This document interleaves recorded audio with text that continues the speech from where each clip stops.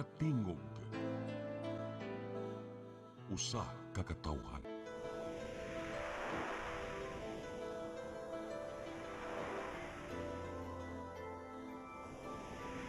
Cebu Catholic Television Network. Sa mga nanonood po ngayon sa online at local channel ng CCTN, ako po si Deborah. Mayong adlaw sa mga nanonood sa Luzon at sa mga nasa online o sa mga naa sa Visayas ug Mindanao. Ako si Jray ug kamo nagtan-aw sa New Start Ozone Med Health and Wellness Talk Season 3. Ito ang programa na hatid sa inyo ng Ozone Med Wellness Clinic kung saan ibabahagi ng mga doktor ang kanilang kaalamang medikal tungkol sa inyong kalusugan. When your blood are full of oxygen, well saturated with oxygen molecule, there are best outcomes. Some people, they are well versed with nutrition, but for others, they have very little idea of what the basics of nutrition are. Ozone po will help, no? So, Right. pinapapasok niya kasi po ang oxygen sa cells. So, there will be improvement po ng cellular function and reduction ng inflammation. Ito yung magsasabi sa katawan natin na, merong problema, merong pamamagaba, merong pang nasira sa katawan. Kada episode among gihatod kaninyo ang mga impormasyon mahitungod sa mga sakit, pero dili lang ni para sa mga may sakit. Hasta usab kamo nga nagtan-aw ang mga walay sakit ug dili ganahan magkasakit. Ang nagbigay po sa akin yan, nakasaloob talaga yung anak ko na sinabi yung mami, huwag kang umiyak, huwag kang galing. Nagagamot na yan. Sobrang natakot talaga ako. First time sa buong buhay ko na naranasan ko lahat ng ganung laboratory. So natakot ako. Pero nandun din naman yung faith kay God na talagang lahat yun pagdadaanan ko dahil yun yung plano niya at talagang pagdadaanan ko yun. Pero nandyan siya para tulungan ako. Malaki yung possibility na magkaroon ako ng colostomy bag. Nakakabigla din, ano? Lalo na, bata pa yung anak ko. Ang sabi naman ng doktor, kailangan daw operahan ako. Kailangan ko pong bumalik ng Dubai. Sabi sa akin, Sir, i-admit ka na namin. Sa mga nanonood ngayon sa online at local channel ng CCTN, ako po si Deborah. Mayong adlaw, Luzon, Visayas ug Mindanao ug sa mga nagtan-aw sa online. Kini si Jray and you are watching New Start Ozone Med Health and Wellness Talk Season 3. You know, Kuya Jure, here in Ozone Med Wellness Clinic, we are in the mission of educating our patients, not Correct. just about their health and wellness, but also about other modalities of treatment. At nangyari na nga ang ating health caravan sa Jensan, Kuya Jure. Okay, speaking of health caravan sa Jensen, si Deb ang nag-host doon. Deb, marami tayong mga kababayan, especially sa mga taga South Cotabato na nag-attend sa event. Anong mga natutunan mo doon? Naku, napakaganda ng advocacy nila, Doktora, at nakaka-touch dahil talagang probinsya ang pinuntahan natin at maraming mga na-educate about ozone therapy. May mga katanungan ba yung mga nag-attend doon about us or about ozone med or sickness? Naku, Kuya Jure, ang daming mga curious about ozone therapy at nakaka-touch dahil isa sa ating mga pasyente ang nag-testify sa Jensan. Ang maganda pa doon, Deb, no? Kasi may mga pastors tayo na nagdala din sila ng mga members nila sa churches na may sakit. So, ibig sabihin po, napakalaki na po at napakalawak na po nang na-reach out ng Ozone Med through our caravan. At syempre po, pag-iikot kami sa buong Pilipinas, kasama po namin kayo at makikita niyo po si Deborah, makikita niyo po ako at kami po ay nandyan, willing tumulong po sa inyo. At yan nga, Deb, natupad na rin ang ating advocacy dahil isa sa mga talagang prayers namin na hindi lang ang mga maliliit at mga malalayong lugar, kundi buong Pilipinas ang ikutin namin. And kayo dito sa Luzon, Visayas ug Mindanao, hintayin niyo ang aming pag-ikot.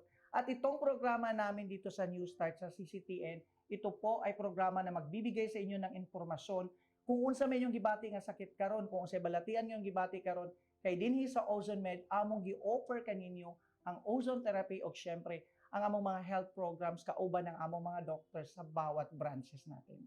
Naku, exciting yan, Kuya Jure. At dito po sa ating programa sa New Start, sasagutin rin po ng ating mga doctors from Ozone Med Cebu, Davao at Bacolod City ang mga commonly and frequently asked questions nyo about your health and your lifestyle.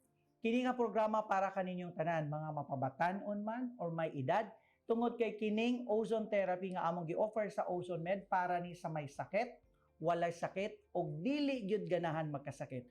O karon kay season 3 na, Deb, ano bang angay, binisaya ko si Deb. Ansa man ang angay abangan o atangan sa atong mga pasyente? Sagutin mo ako in Bisaya. Joke lang. Sige, okay lang yun, Deb. Sige. Anong aabangan nila? Nako, exciting nga Kuya Juray dahil magko-collaborate po ang ating mga doctors from Ozone Med Cebu, Davao and Bacolod City at pag-uusapan nila ang mga relevant at napaka-importanting mga health questions tungkol sa risk of cancer, metastasis, lifestyle changes, at syempre, ang benefits ng ozone therapy na talaga namang proven na at tested na ng ating mga pasyente. Yes, kung kamo mismo, you know what, Deb, since season 1 natin, no? Season 1, season 2, tapos ngayon season 3, marami na din tayo mga pasyente na nag-message sa atin, yung mga topics na gusto nilang i-discuss. And we are praying na lahat ng mga gusto ninyong i-discuss natin ay maibibigay namin sa inyo dahil itong programa namin dito na New Start, Ozone Med Health and Wellness Talk, i-discuss namin yung mga bagay na makakatulong at makakabigay sa inyo ng mga impormasyon sa mga nanonood dyan na hindi pa makakapunta ng ospital o hindi makakapunta ng clinic, at least na mo yung mga nahibawan mahitungod sa among ozone therapy.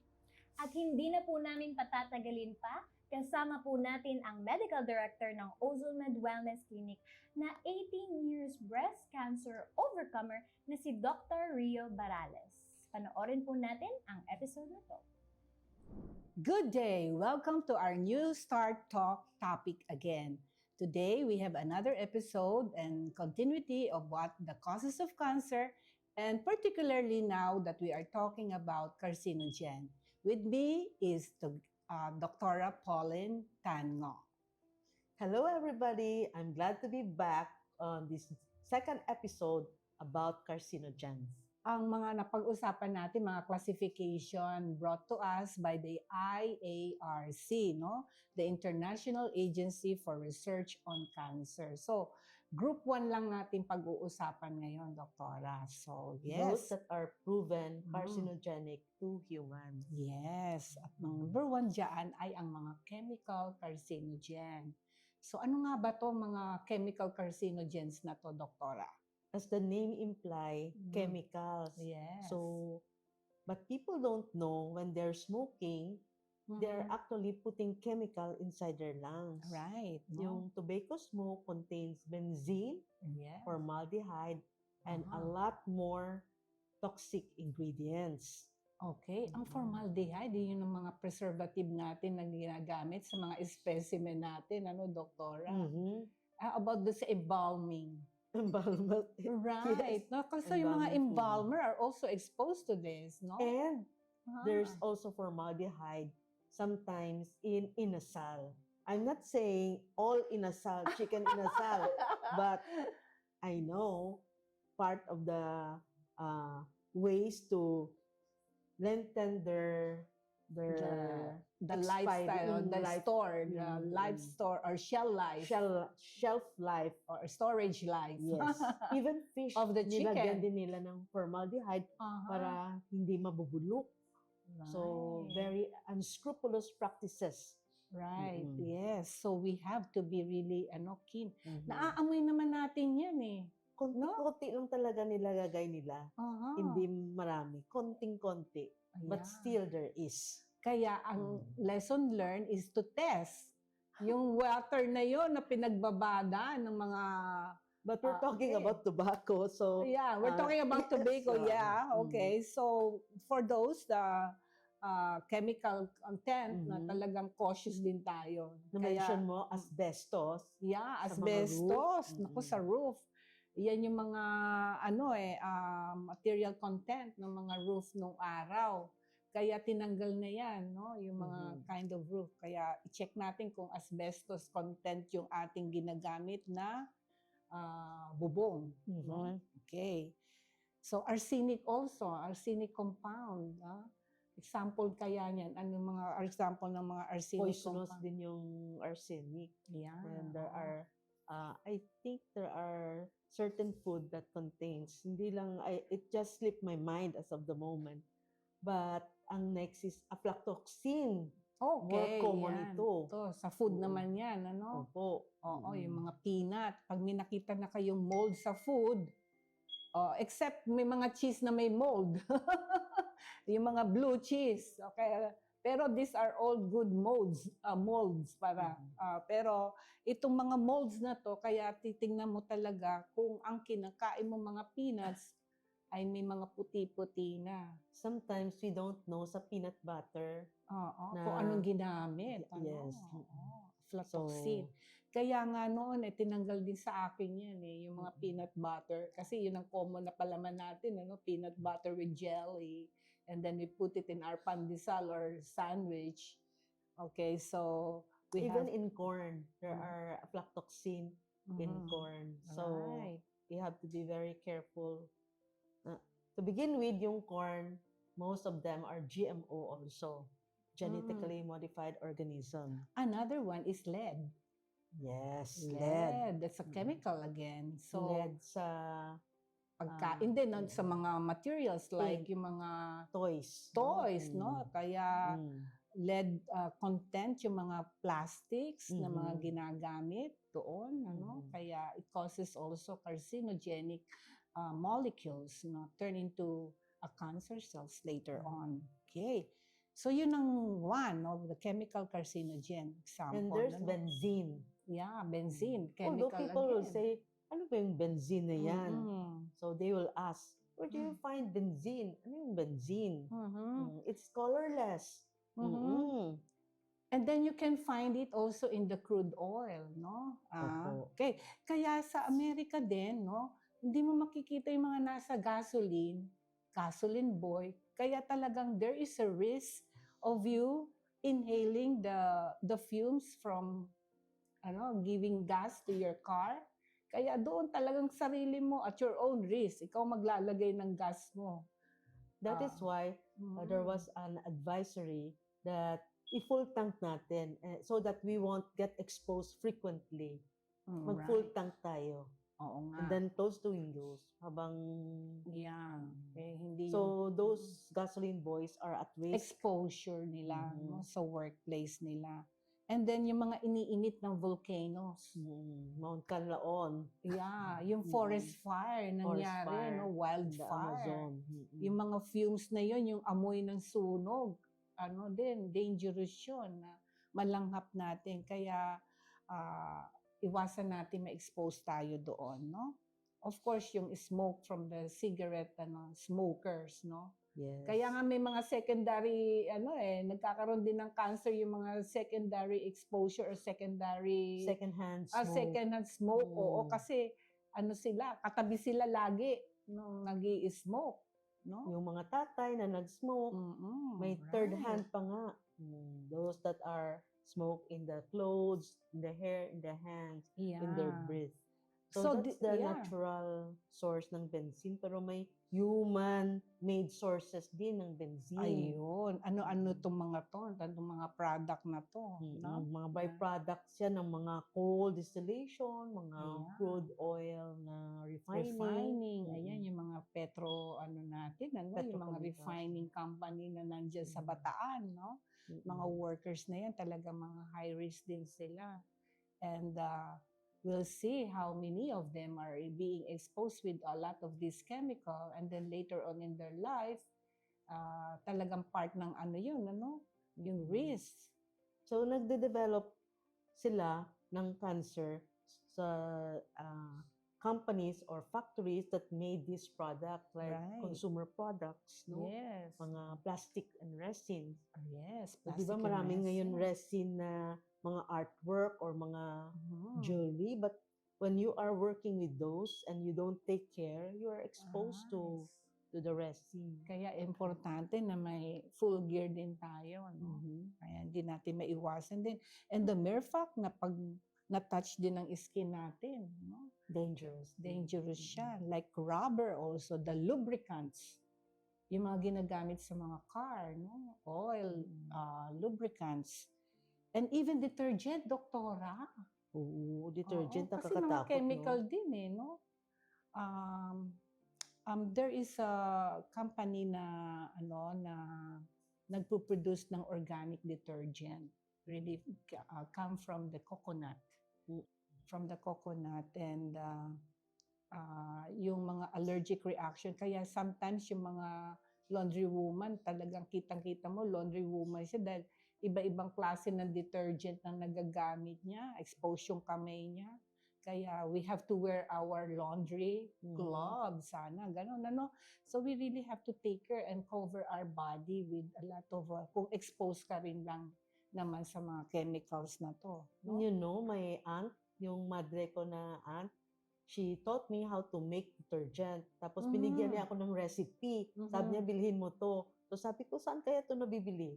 Yun pala, nabibili siya sa nagbebenta ng chemical. And you can choose all kinds of amoy. Like, gusto mo ng kalamansi, gusto mo ng sampagita, tapos anong gusto mong kulay, gusto mo may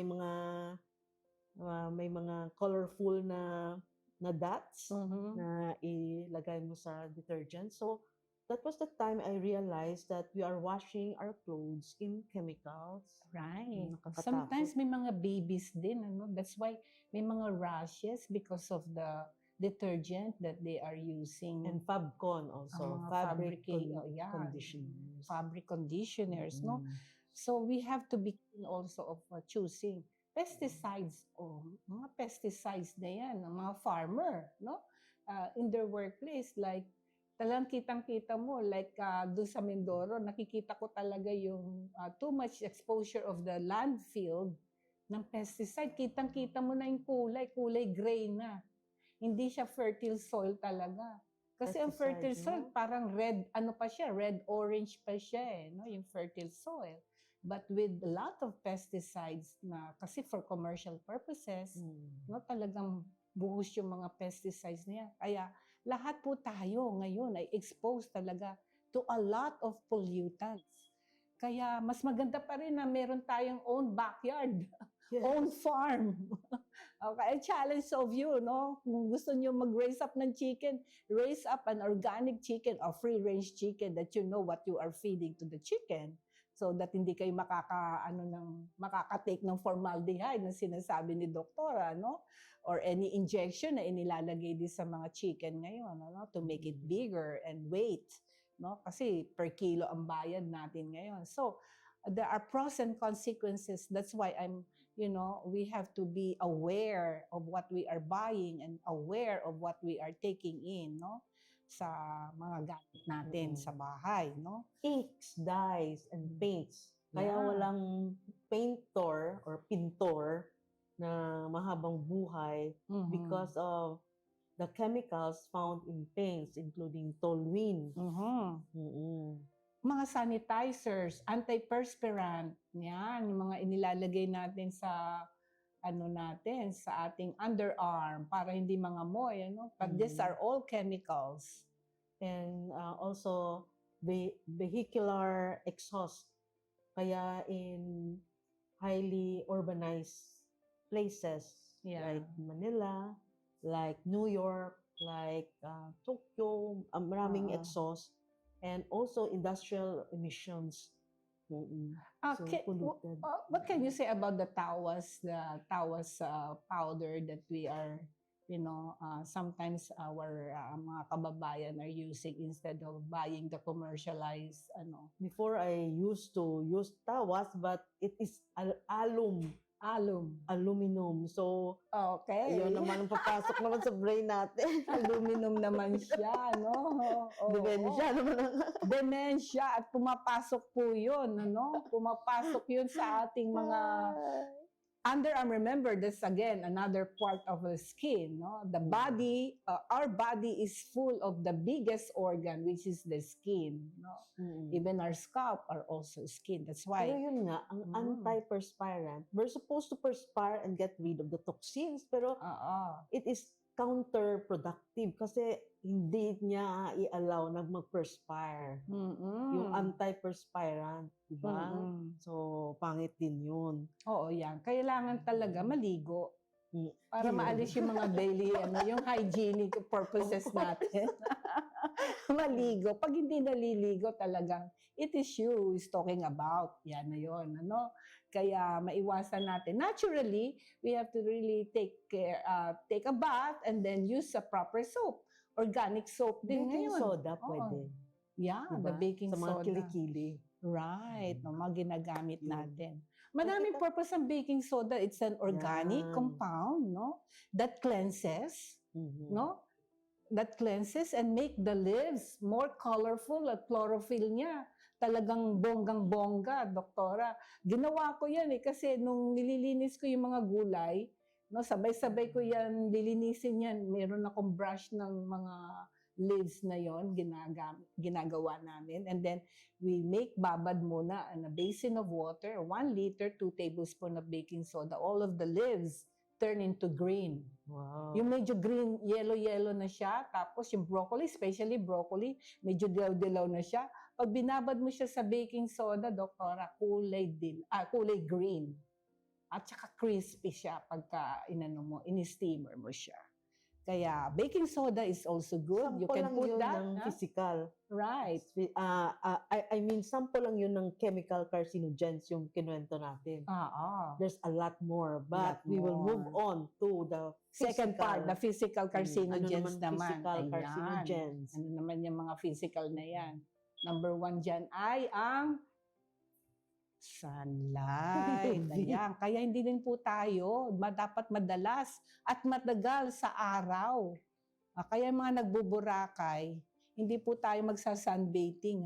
Ang good sunrise exposure is yung early sun. Not the afternoon or the mid-afternoon. Talaga pong carcinogenic na yan. It will turn into a skin cancer pagka too much ng exposure na yan. Kasi yung radiation na yun, nag-i-emit siya ng carcinogen. Ayun na Yes. yun. And yet, the mga Westerners, they have even tanning beds. Yeah, oo. Which is also carcinogenic. Yes, oo nga pala. Ang dami And mga that's not- technology ngayon, yes. Akala natin makakabuti, pero sometimes we really have to weigh the pros and cons, And isa pang major natin na ginagamit natin as a medical procedure to confirm or diagnostic procedure to confirm is the X-ray. Ayun. Yung mga radiation, yung mga scanning, yung mga PET scan. PET scan. Right. Okay. Why? Because they are using a certain reagent that is injected to produce the kind of confirmatory effect, Yung mga Double-edged cancer. sword. No, Dr. Double-edged sword pala ang Double-edged tawag natin doon. Talaga.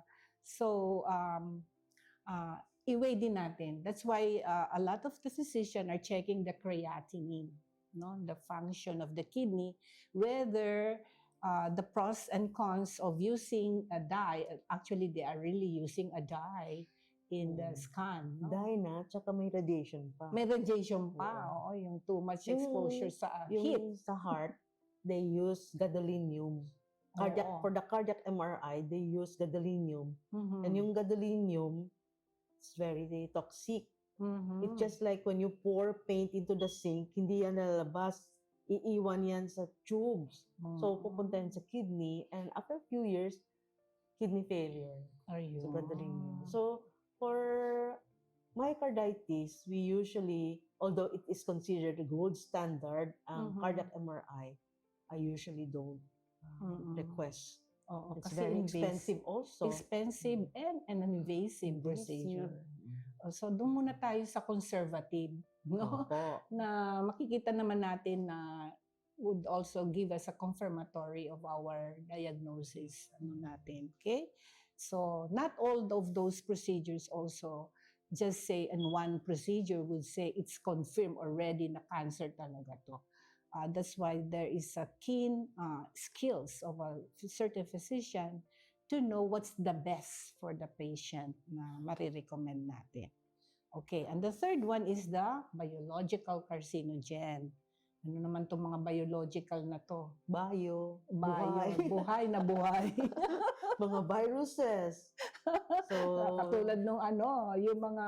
human papilloma Yes, virus naku, has been kaya, yeah. associated with cervical cancer. Mhm. So, they are advocating giving the HPV na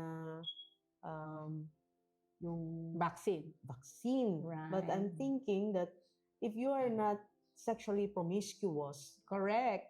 bakit ka Kasi one of the matakot? risk factors because you have multiple partners. Kaya beware, no? Talagang may mga consequences talaga. The Bible is saying talaga you have to be having only one wife, one husband. Mahirap po yung madami, multiple partners. And this also, ito yung mga nangyayaring hindi mo inaasahan, no? Mutation upon mutation or changes upon changes and transformation of every cells, no? And yung actually talking about human papilloma virus, yung HIV, no, you get it also sexually, and Right. it also is predisposing a person to cancer, like the sarcomas, Kaposi Right. sarcoma. Kaposi sarcoma. Kaposi So sarcoma. viruses pa lang yan, ano? Virus. How about bacterial? Yan. Ay, don't forget yung hepatitis B and C. Ay, oo, nako. So, human papilloma virus, hepatitis B and C, causing liver cancer, Right. and yung HIV causing sarcomas. Yan. So, yung bacteria, Yan na, yung mga matataas H. pylori natin. yes. Yan, Helicobacter pylori. Kaya pag mataas po yun, prone ka to develop stomach cancer. That's why we need to keep our gut healthy. Yes. Because kung unhealthy, dysbiosis, then lalabas yung Helicobacter pylori bacteria. Right. Ayun na. And then also parasite. Ayun. Example ng parasite, yung liver fluke. Parang nagpa-find way siya dun sa common bile duct eh. Ay, oo. Pagka nagganong ka na, nagkaroon na ng bara yung fluke na, yung parasite na yun doon, talagang super dilaw ka. And Akala mo bile duct, liver no? pala. Oo. One of those very aggressive. Okay, so yun na, no? So let's have a break, Doktora. Medyo talagang pag-iisipin mo madami talaga tong mga carcinogenic na to, no? More on the chemical, the physical, and biological carcinogens. So let's have a break and don't go away kasi meron pa po tayong pag-uusapang mahalaga and dagdag pang kaalaman tungkol dito sa Group 1 carcinogens. Back to you, Deb and Joray. Thank you po sa ating mga doctors. Salamat, Doc. Babalikan po namin kayo in a while. Ngayon, Kuya Juray, balikan natin ang kwentong Ozone Med. Since marami tayong mga nai-introduce na mga healing testimonies from our patients, ano yung mga tumatak sa'yo? Actually, Deb, yung may mga pasyente ako na nakausap. Ngayon, marami na tayong mga lalaking pasyente na nag-overcome, no? Yung mga na-interview natin, mga nagbibigay ng healing stories, no? Ang tumatak sa akin na hindi pala nakakatakot. Hindi dapat matakot ang mga tatay or mga lalaki na magsabi na mayroon silang sakit. So doon ko natutunan na hindi dapat tinatago sa asawa, sa mga wife nila na may nararamdaman sila. At natutunan ko din sa kanila na napaka-importante, especially sa mga matatandang lalaki, no, or sa mga tatay natin, na magpa-check up as early as possible kung may naramdaman. So lahat ng ito, no, parang kami po ay ginamit ng Panginoon para po maging parte ng kanilang healing journey. At marami pa kaming mga kwentong isi-share sa inyo tungkol sa kanilang mga buhay, sa kanilang healing.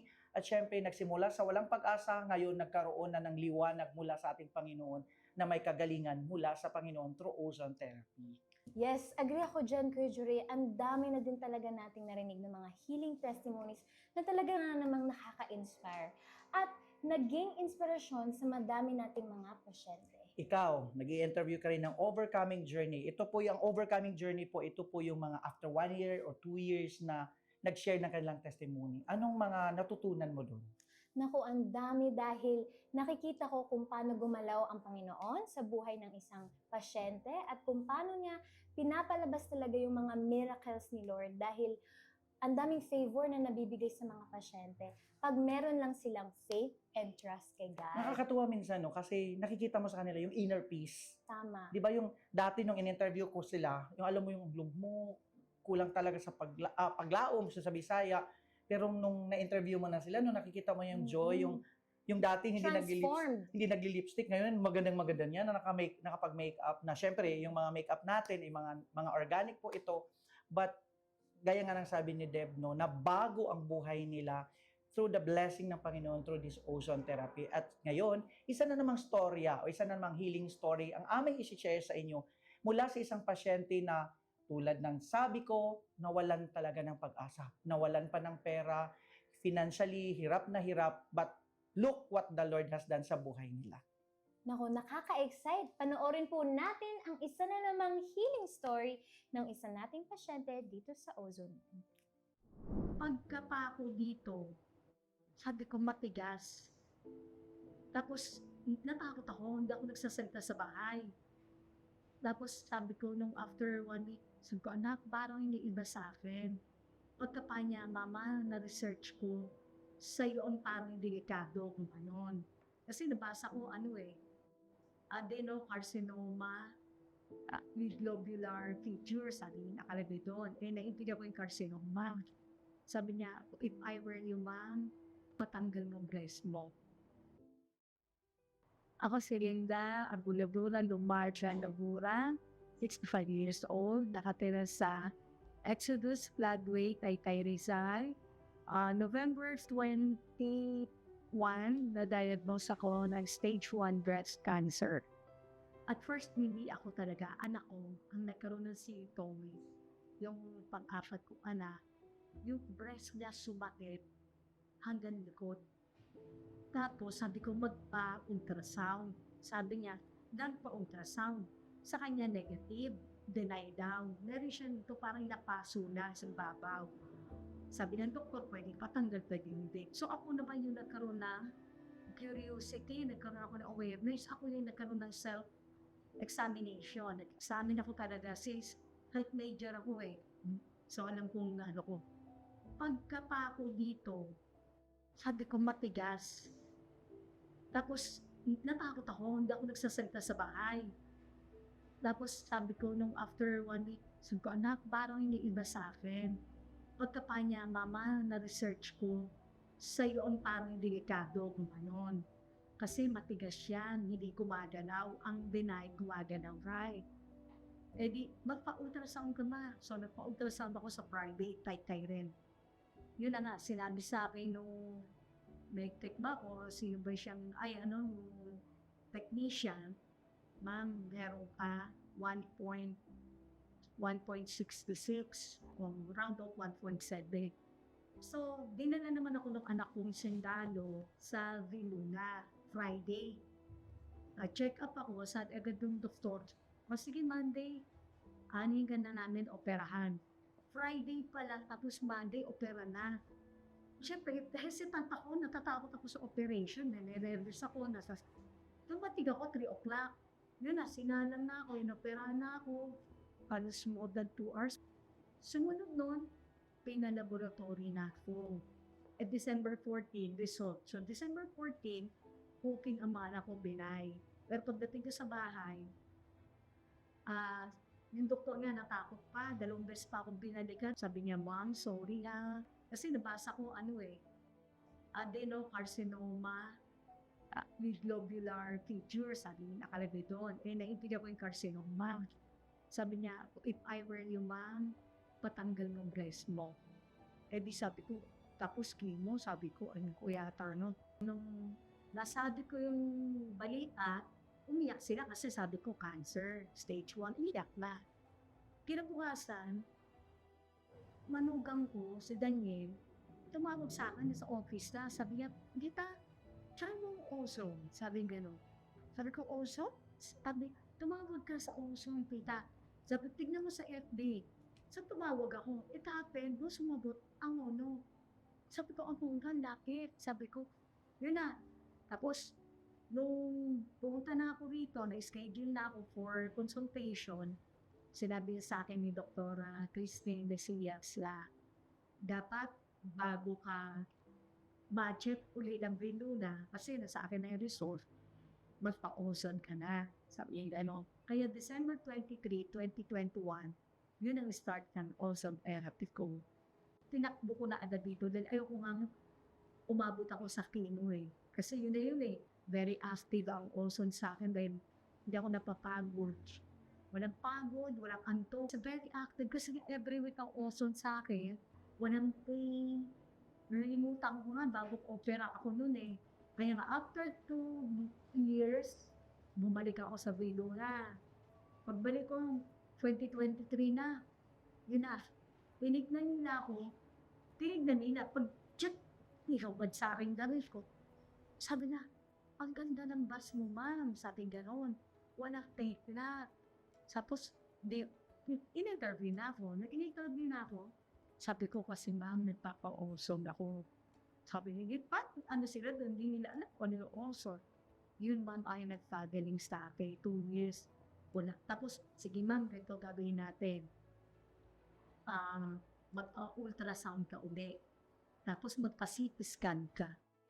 Yung result ko ng CT scan at saka ng ultrasound, lahat ang gaganda. Lalo na yung CT scan ko, pati mga sa ihi ko, alam ko may problem, kaya ayoko magpa-chemotherapy. Kasi alam ko may i-impaired yung ihi ko. Since high school ako, problema ko ihi ko. Ayaw ko UTI.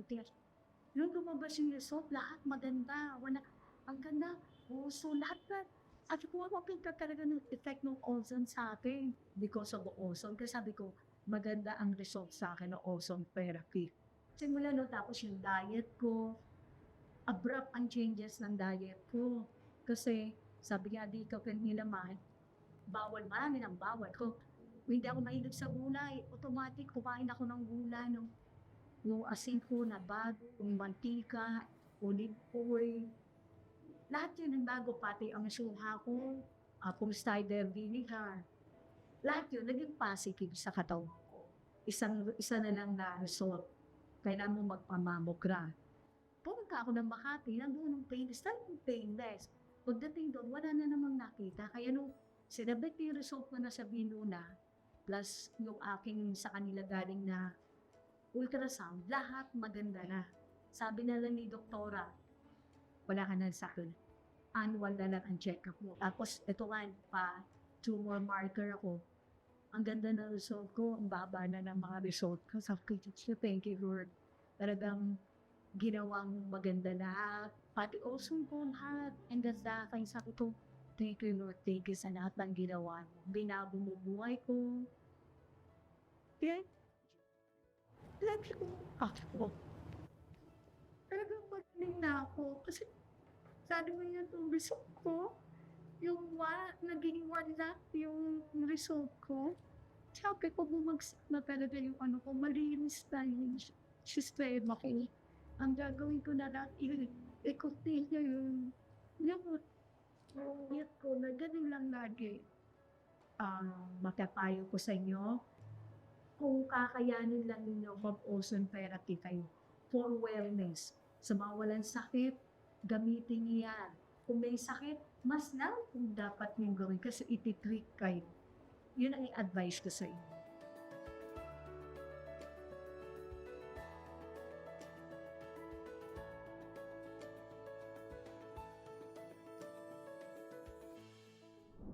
We're back at pag-usapan natin uli yung ating mga naiwan topic, toxins around us and the carcinogens. At ngayon, Dr. Pao, pag-usapan natin. Let's talk about more about the group 1 carcinogens, okay? Yes, actually, yung mga binigay natin na mga samples are just a few, but they are worth taking note of. Yes, oo. Ano nga ba pa itong mga carcinogens na to sa group 1? Yung isa, yung nakakatakot, among those carcinogens that was mentioned are medications. Sa mga medications, cyclophosphamide, which is a chemotherapeutic agent, na ginagamit natin saan? Sa ovary, ovarian cancer, yes. yan. They are used also in lymphoma, they are used in multiple myeloma, also in neuroblastoma, and yet sila mismo carcinogen din sila. Oo nga. And immunosuppressant. Yes, kaya talagang baksak na baksak ang immune system pagka ito na ang naibigay, ano? So that's why some cancer patient, they succumb to pneumonia, to sepsis, because of the this. side effects. Right. Okay, so hindi nga dun sa cancer, pero because of the side effect of the chemotherapeutic. Okay.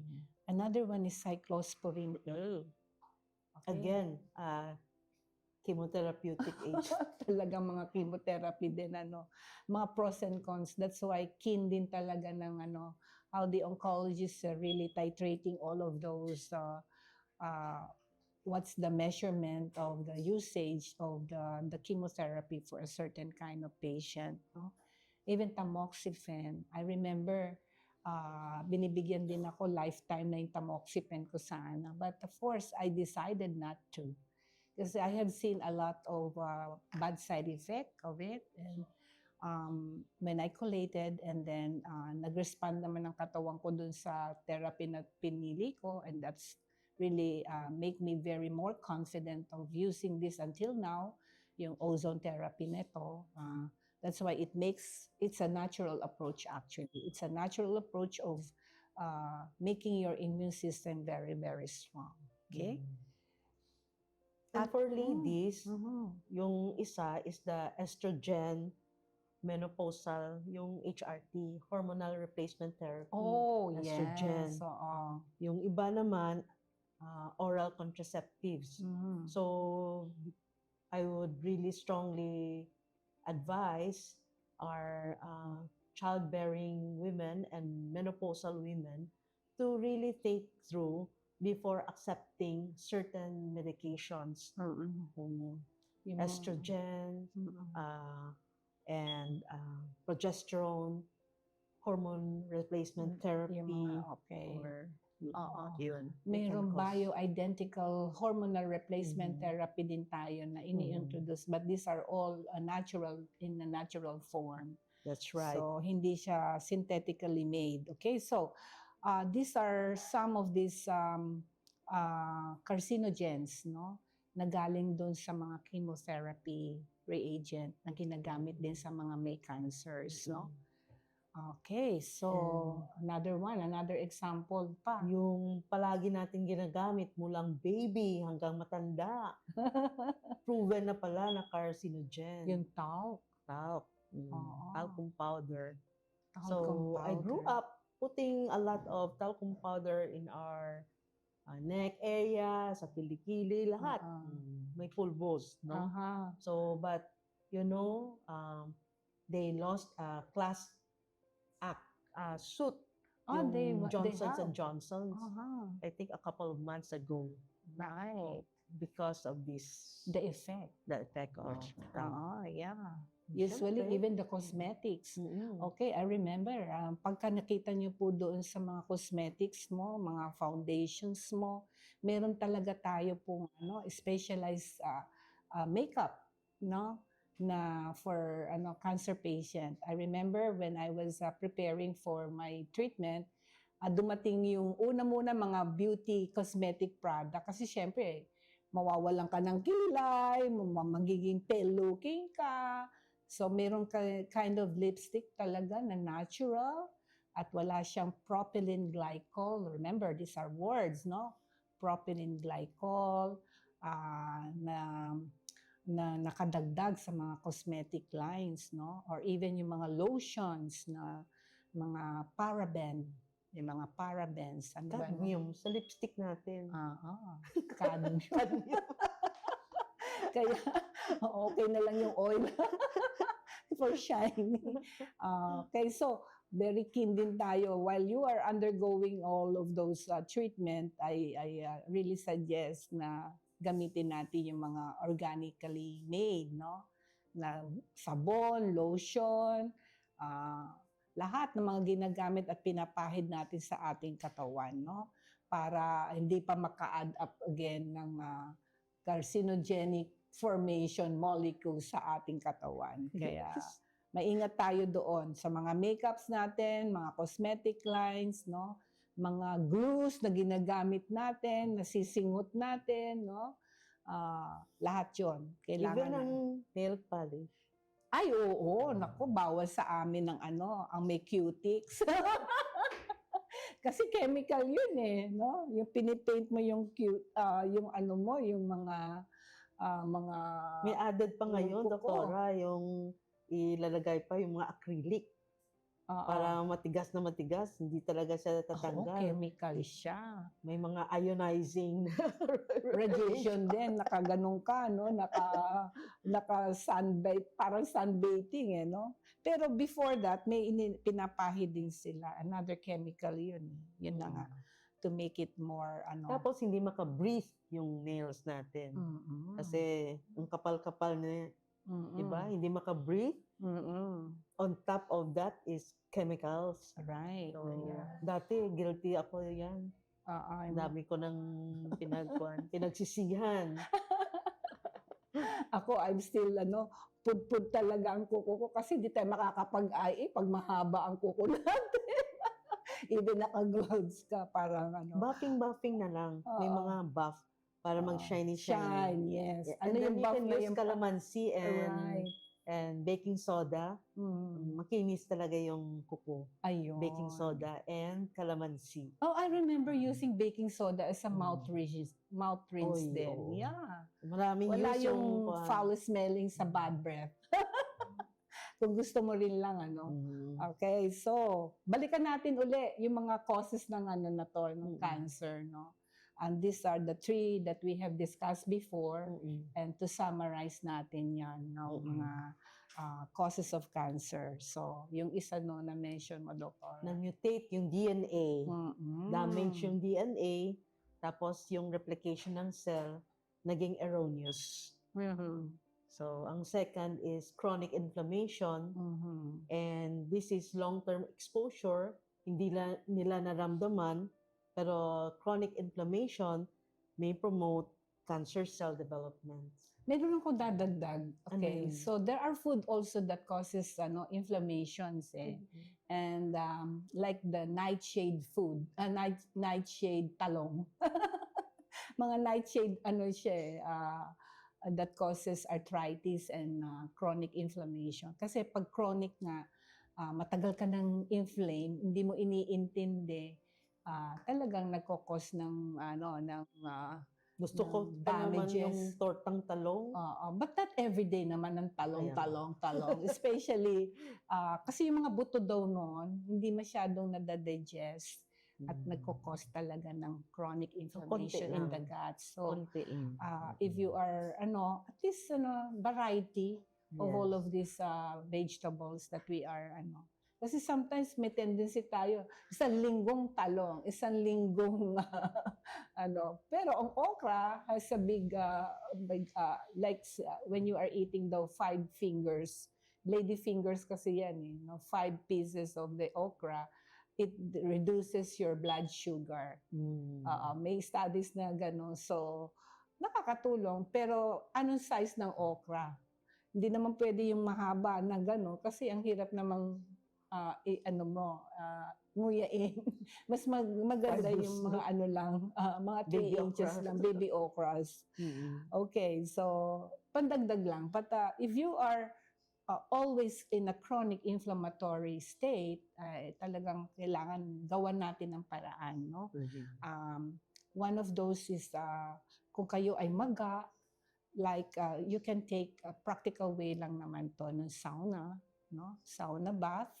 Mag-sauna ka, steam bath ka. Para malabas yung lumabas ka, yung mga, ma-activate yung mga sweat glands mo, yung mga dendritic cells mo para makapaglabas pa ng mga toxic fluids from your body. You put your body in high heat. Although, you have to be guided by a physician. Right. Kasi baka may high blood ka, tapos nagpa-sauna ka. Oo. Kailangan assessed well ka rin naman. Okay? And then, also, we have the hyperthermic recovery pad, no, Doctor? Hot. It's hot. We call it hyperthermic and ozone therapy combination, and it also helped the patient to activate their mga sweat glands nila, especially those who cannot exercise. At least ma-expose natin doon about 15 to 30 minutes. Okay, that would give them a good circulation and then improve their perfusion of the ozone molecules also in their body. Okay, and then the last one is the hormonal effects, tsaka immune suppression. Yan, ako. Kasi madami tayong mga immune suppression eh. Ang steroid ba, immune suppressant? Ay, definitely, no? Yes. Definitely. Although tinatatag natin yan na miracle daw siya, miracle drug. Again, it's a drug. Okay, so it's parang siya talagang sinusuppress niya po. Kaya mabilis kang maka-develop ng ng mga pneumonia, ayan, cough and colds, mabilis kang ma-expose ng kunyari may mga sore eyes na yung mga kasama mo, ikaw din mabilis ka na rin mahahawa. Okay, but when your immune system, kaya yung ozone therapy lahat yan eh. Pati eyes mo malalagyan niya kasi through the vein, the perfusion of the ozone molecule, oxygenation of the blood. And when your blood is well oxygenized, it produces a good production of the red blood cells, and it produces a good hemoglobin level, which is the oxygenation of the blood component, So, yun ang principle behind niyan ng ozone therapy. Okay?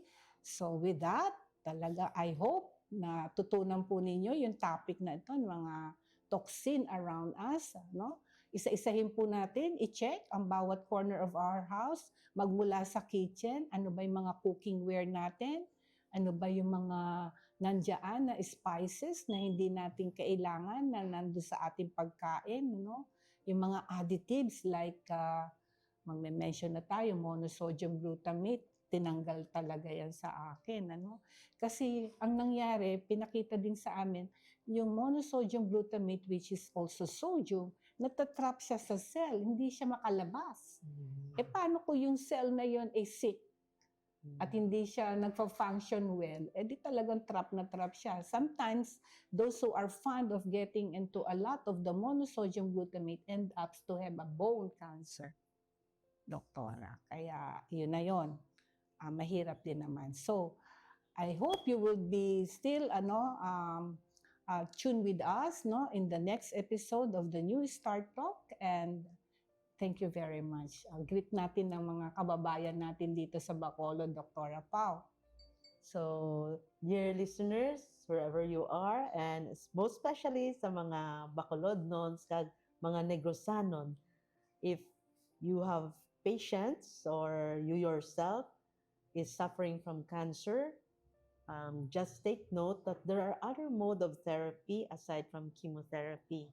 Or if you already had chemotherapy and are suffering or di mo makayanan, di makaya sang body ang chemotherapy, Ozone Med is really a very viable alternative to chemotherapy. So come and visit us, or you can just call our patient service specialist, si Miss Pressy, and she is very ready to help you on this. Also, in addition, this not only also for cancer patients, the ozone therapy could also improve the state of being, yung healthiness of a person who are also well, I remember yung performance ng isang athletic, talagang he do well, yung endurance niya to perform well in the competition is the use of the ozone therapy. Kaya halina po kayo dito sa Bacolod Clinic. Now, what we are in Bacolod Clinic, but Ozone Med is around the country right now, and we are open for you to serve you here in the Philippines. Thank you very much, and God bless everyone.